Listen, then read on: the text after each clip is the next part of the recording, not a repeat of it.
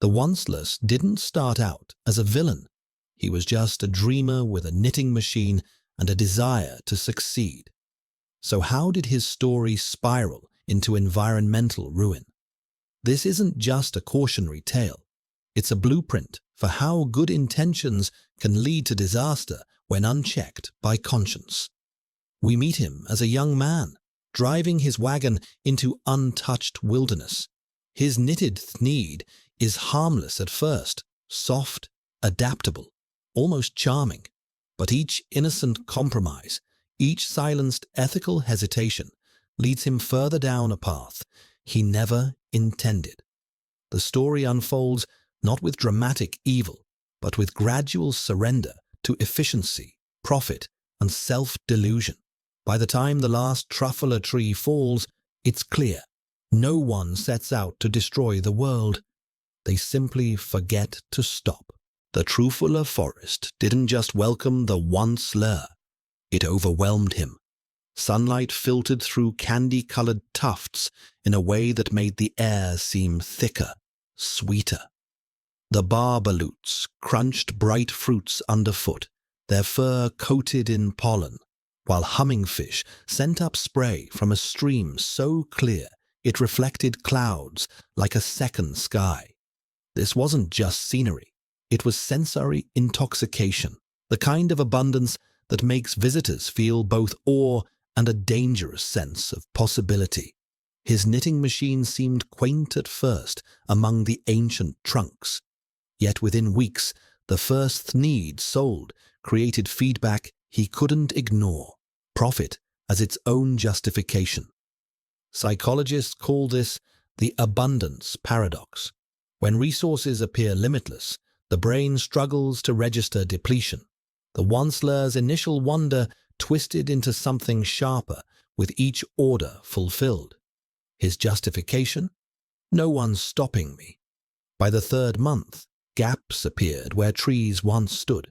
The humming fish developed rasping coughs from polluted water. Still, the Onceless expanded production, citing demand. Studies show industrialists consistently underestimate ecological tipping points. They see individual trees rather than interdependent systems. The Lorax's protests became background noise against factory hum. What makes this seduction so lethal is its familiarity. Modern oil barons once marveled at bubbling crude pits before derricks sprouted like metal weeds.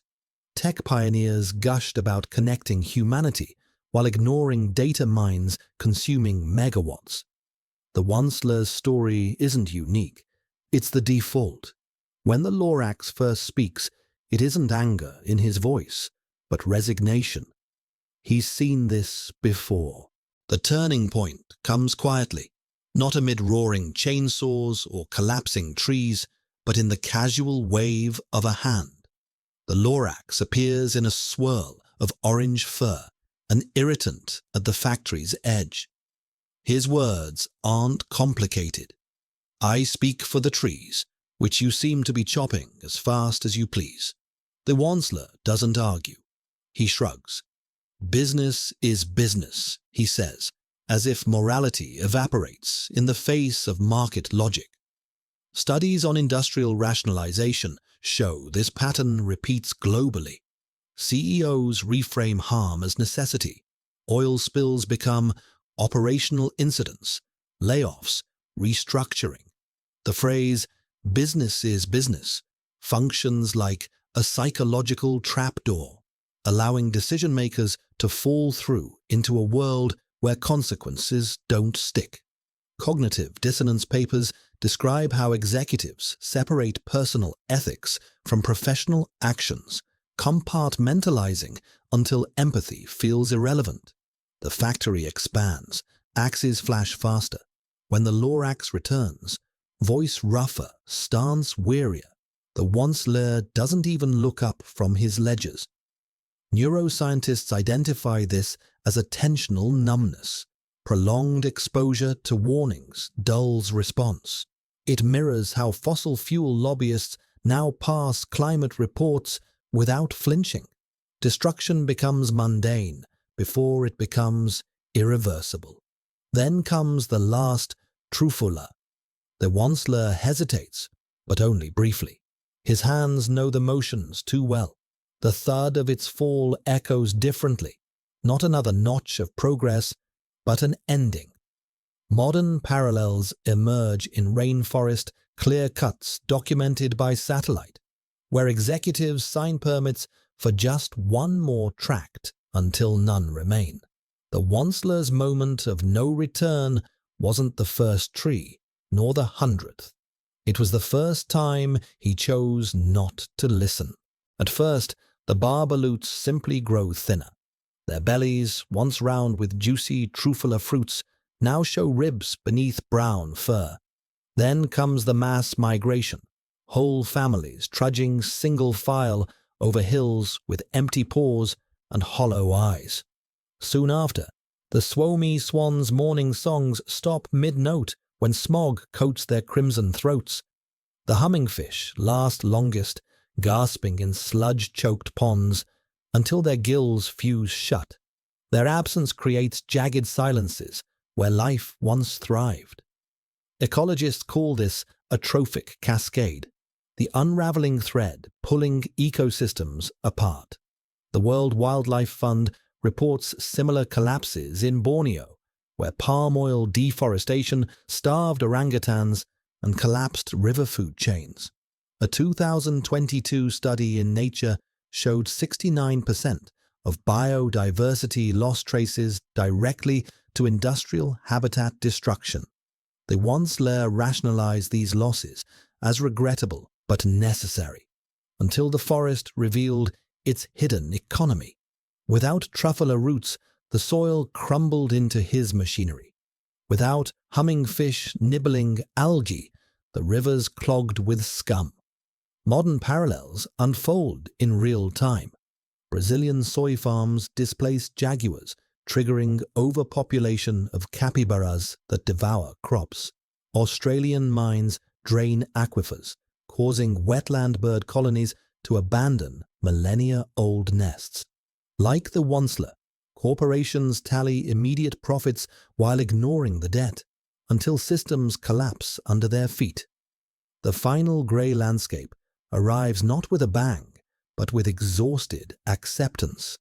Wind kicks up chemical-laden dust where swami swans once rode thermals. The factory's walls stand intact, but nothing left exists to process. This emptiness mirrors satellite images of cleared Amazon plots, square miles of monochrome barrenness, where green once hummed with life. The illusion of progress persists even as the engines of industry choke on their own exhaust. Thneedville's gleaming plastic streets hide an ugly truth.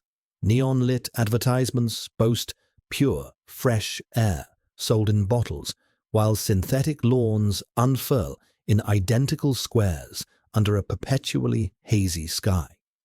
The citizens sport Thneed-inspired fashions, unaware that every convenience, the self-cleaning homes, the instant meals, depends on systems stripping resources from unseen wastelands beyond the city walls. Urban theorists note this disconnect mirrors modern metropolises, where Amazon deliveries eclipse awareness of landfill mountains, where air conditioning lets Dubai shoppers ignore 50-degree-Celsius summers they helped create. Research in behavioral urbanism journals reveals how sanitized environments breed indifference. Thneedville's residents never touch soil or inhale unfiltered wind, much like children in Tokyo high-rises who mistake processed seaweed snacks for the ocean's taste. The city thrives on a paradox. The more artificial the surroundings, the more fiercely people cling to the illusion of control. Singapore's biophilic architects warn that when cities replace ecosystems with simulations, vertical gardens fed by tubes, bird songs piped through speakers, humans lose the capacity to recognize real ecological collapse. Yet cracks appear. In Thneedville, The air pumps falter during blackouts. Synthetic food leaves a metallic aftertaste no flavor lab can mask. These failures echo LA's wildfire smoke seeping through HEPA filters, or Beijing's wealthy installing child-sized oxygen tents in nurseries. The Lorax's unseen presence lingers in these moments of fragility, whispering through faulty ventilation systems. What Thneedville and our own cities share isn't just their ecological denial, but their inevitable confrontation with the laws of nature they tried to repeal. Behind the holographic storefronts, the foundations are buckling. The Lorax stands knee-deep in factory runoff, his fur matted with soot as he lists the casualties, not just trees, but the barber loots starving, the swomy swans gagging on smog. His role transcends mere protest.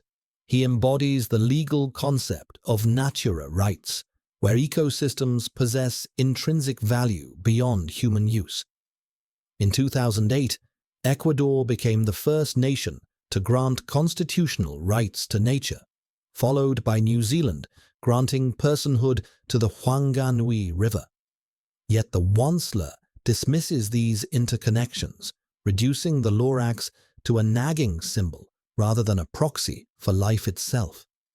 Corporate responses to environmental advocates mirror this dismissal. When Shell's shareholders sued over climate inaction in 2021, executives framed it as an attack on economic viability. The Lorax's warnings suffer the same fate, labeled as impractical despite evidence that intact ecosystems generate $125 trillion annually in ecosystem services, according to a Cornell study. His frustration grows as each appeal gets recast as sentimentality. The Wansler's accountants tabulate lumber yields, but never the cost of silent forests devoid of pollinators. Philosophically, the Lorax challenges anthropocentrism, the idea that humans sit atop a hierarchy of worth. Ecologists note how mycelium networks communicate between trees, how beaver dams create habitats for hundreds of species. The Lorax's final departure leaves no courtroom verdict or policy change, just a stump and drifting dust. His absence poses the real question: can systems built on domination ever hear the voices they silence? Modern environmental lawsuits increasingly adopt his framing, with youth plaintiffs arguing constitutional rights to a stable climate. Like the Lorax, they speak for entities without lobbyists, permafrost, coral reefs, unborn generations. The Wansler's failure wasn't just greed, but an inability to recognize voices outside his balance sheets. The Wansler's downfall follows a psychological pattern scholars call moral disengagement. Initially, he hums while knitting his first thneed, genuinely proud of his creation. But as demand grows, his moral reasoning fractures step by step. First comes advantageous comparison. It's just one tree. Then displacement of responsibility. Buyers keep ordering. By the time he cuts the last truffula, he's reached moral justification. You can't stop progress. Stanford psychologists identify this same progression in executives approving offshore dumping or resisting emission cuts. Neuroscience reveals why his transformation feels disturbingly familiar. Brain scans show that anticipating profit activates the same reward circuits as cocaine. The Wansler's prefrontal cortex, responsible for long-term consequences, literally gets quieter with each successful sale. Meanwhile, his nucleus accumbens lights up when shareholders cheer rising quarterly reports. Modern parallels emerge in pharmaceutical CEOs hiking insulin prices or tech founders ignoring platform harms. Desire transforms into need, then into identity. What makes his case universal is the self-deception. He genuinely believes himself trapped by circumstance long after choice remains. His final lament, "I meant no harm," echoes oil executives claiming they're energy transition champions while expanding drilling.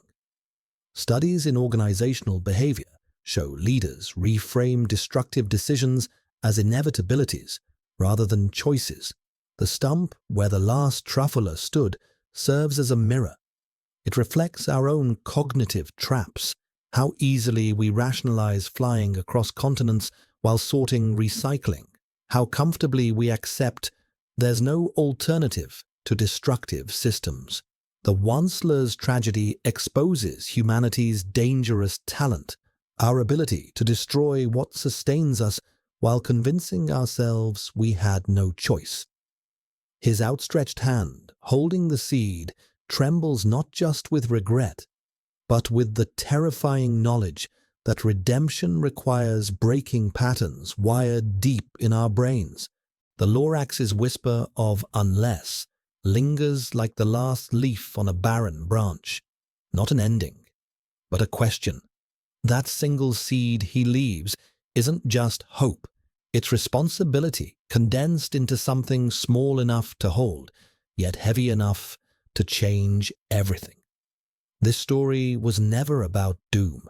It's about the space between destruction and action where choices still grow. Collective change starts when someone plants that seed, but it only takes root when others water it. The Onceler's tragedy wasn't his first tree. It was his last. So now we ask, what will you do with yours? The seed waits.